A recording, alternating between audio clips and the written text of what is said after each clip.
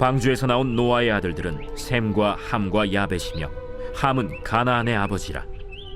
노아의 이 세 아들로부터 사람들이 온 땅에 퍼지니라. 노아가 농사를 시작하여 포도나무를 심었더니 포도주를 마시고 취하여 그 장막 안에서 벌거벗은지라.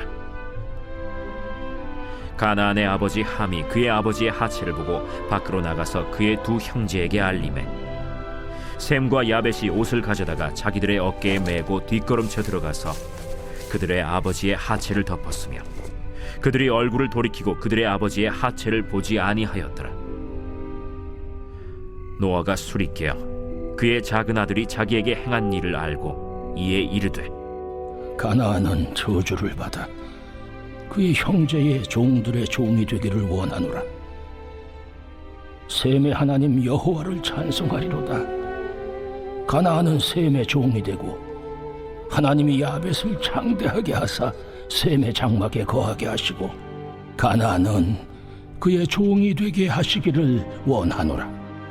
홍수 후에 노아가 350년을 살았고 그의 나이가 950세가 되어 죽었더라. 에브리데이 이즈 썬데이, 우리의 매일을 썬데이로 세팅하라. 할렐루야. 오늘 선셋 메시지를 통하여서 우리의 모든 시선이 주님을 향하고 우리의 모든 삶이 주님의 뜻대로 살아가는 저와 여러분 모두가 되어지시기를 주님의 이름으로 축복합니다. 하나님께서 방주에서 나온 노아와 그 가족들 그리고 모든 생명에게 언약을 세워주셨습니다. 그 언약이 무엇입니까? 바로 무지개 언약이죠. 이 언약이라는 것은 쌍방 간의 합의로 의해 이루어지는 약속을 뜻하는데요. 하나님과 노아의 언약은 하나님의 일방적인 약속이었어요. 하나님께서 무지개를 허락해 주시며 그 언약을 기억해 주신다라는 것이죠. 그런데 우리에게도 하나님께서는 그러한 무지개를 허락해 주셨습니다. 바로 예수 그리스도이시죠. 하나님께서는 우리의 죄를 주목하지 않으시고 십자가를 보시며 언약을 붙드시고 사랑과 긍휼로 우리를 채워주신 것입니다. 사랑하는 여러분, 우리 가운데 하나님께서 세우신 영원한 언약의 증거, 무지개와 십자가를 바라보며 나아가시기를 소망합니다. 우리 삶 가운데 하나님의 은혜와 사랑으로 더욱더 채워가는 저와 여러분이 되었으면 좋겠어요.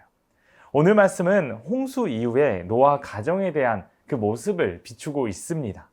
하나님께서는 이 노아를 비롯한 그 가족과 함께 새로운 시작을 원해 주셨어요. 아담과 하와의 실패가 더 이상 반복되지 않고 태초에 창조하셨던 보시기에 심히 좋았더라 말씀하셨던 그 모습을 간절히 원하셨습니다. 물론 원죄 이전의 모습으로 돌아간다는 것이 불가능한 것처럼 느껴졌을지도 모르겠어요. 하지만 새로운 언약 속에서 하나님과 하루하루 동행하며 살기를 간절히 바라셨을 것입니다.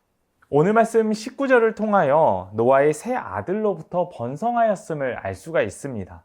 노아의 이 세 아들로부터 사람들이 온 땅에 퍼지니라. 아멘. 하나님께서는 이 세 아들로부터 시작하여서 이제 생육하고 번성하여 땅에 충만하라 라는 그 말씀의 언약을 이루어 주시는 것을 볼 수가 있게 됩니다. 방주에서 나온 노아와 그의 아들들이 하나님과 언약 관계가 되고 그 이후 어떻게 생육하고 번성하였는지를 알려주시는 것이죠. 홍수 이후 노아는 농사를 시작하였는데 포도나무를 심었습니다. 이것은 하나님께서 그에게 허락하신 땅의 축복이었어요. 하지만 그는 이 축복을 죄의 도구로 사용해버린 것입니다. 21절을 보면 이렇게 말씀하고 있어요. 포도주를 마시고 취하여 그 장막 안에서 벌거벗은지라. 하나님께서는 이들에게 포도주를 먹지 말라고 명령하시지는 않았습니다. 그런데요, 여러분, 구약 성경을 쭉 살펴보면 술 취함에 빠지는 것을 부정함으로 여기고 더 나아가 이것은 지혜롭지 못한 행동으로 보기도 하지요. 심지어 호세아에서는 이 술 취함에 빠지는 것이 곧 음행을 범하는 것이라고 이야기하기까지 했습니다. 또한 나실인 서약을 한 이 모든 사람들은 포도주나 이 독주를 마시지 않겠다고 서약하기도 했지요. 창세기 6장에서 노아가 처음으로 등장하게 되었을 때 그를 향하여 어떻게 이야기하였습니까? 의인이며 당대의 완전한 자, 하나님과 동행한 사람이었다고 말씀했습니다. 하지만 지금은 그것과는 조금 다른 모습으로 나아가고 있는 노아의 모습을 보게 되는 것이죠. 결국 노아의 이 술 취한 일로 인하여 그가 벌거벗게 되었을 때 둘째 아들 함이 아버지 노아의 하체를 보고 형제들에게 이 사실을 알리게 됩니다. 우리는 이 말씀을 보게 되었을 때 이 함이라는 아들이 아버지의 몸을 보고 형제들에게 알리게 되었기에 저주를 받았다고 이해할 수가 있어요. 하지만 이 말씀은 이러한 의미를 담고 있습니다. 바로 아버지와의 인격적인 관계를 의미하는 것이죠. 이것은 함이 아버지를 존경심으로 대하지 않고 아버지에 대한 수치적인 내용을 이 부정적으로 폭로하였다는 것을 의미하는 것입니다. 한마디로 함이 단순히 아버지의 부끄러움을 보고 형제들에게 이 알리게 됨으로써 저주를 받게 된 것이 아니라 이미 그의 마음 가운데 아버지에 대한 부정적인 마음이 자리 잡고 있었음을 알려주는 것입니다. 결국 23절의 말씀과 같이 셈과 야벳이 옷을 가져다가 아버지의 이 모든 부끄러움을 덮어주게 되었던 것이죠. 여러분, 특별히 말씀을 준비하는 가운데 두 가지 단어를 묵상해 보게 되었습니다. 하나는 보다, 하나는 부끄러움입니다. 함이 처음 아버지의 이 벌거벗은 상태를 보게 되었어요. 그리고 이 부끄러운 상태를 가려주기보다는 오히려 형제들에게 알리게 되었던 것이죠. 특별히 창세기 3장을 보면 결국 죄 가운데 빠지게 되는 아담과 하와의 모습을 볼 수가 있습니다. 그들이 선악을 알게 하는 이 나무의 열매를 보게 되었어요. 그리고 이후에 뱀으로 하여금 유혹을 받게 된 것이죠. 어쩌면 모든 죄의 시작은 눈으로 보는 것으로부터 시작할지도 모르겠습니다. 영적인 눈을 뜨고 늘 경계하며 살아야 하지만 정작 보아야 할 것들을 보지 못한 채 영적인 눈을 감게 된다면 우리는 결국에 이 모든 죄악 가운데 굴복하게 되는 것이고 패배하게 되는 것이죠. 또한 부끄러움의 상태를 한번 생각해 보셔야 됩니다. 아담과 하와가 하나님 앞에 죄를 짓게 되었을 때 자신들의 모습을 부끄러워하였습니다. 그리고 그동안 하나님께서 허락하여 주신 이 기쁨의 동산, 에덴에서 기쁨과 평안을 잃어버린 채 이제는 부끄러움과 두려움을 가지고 살아가게 된 것입니다. 우리가 죄로 인하여 하나님 앞에 나아가지 못하는 것, 더 나아가 그 부끄러움이 우리 삶의 큰 장애물이 되어버리게 되었을 때 결국 우리들의 인생 또한 죄로 덮이며 죄로 살아가는 것일지 모르겠습니다.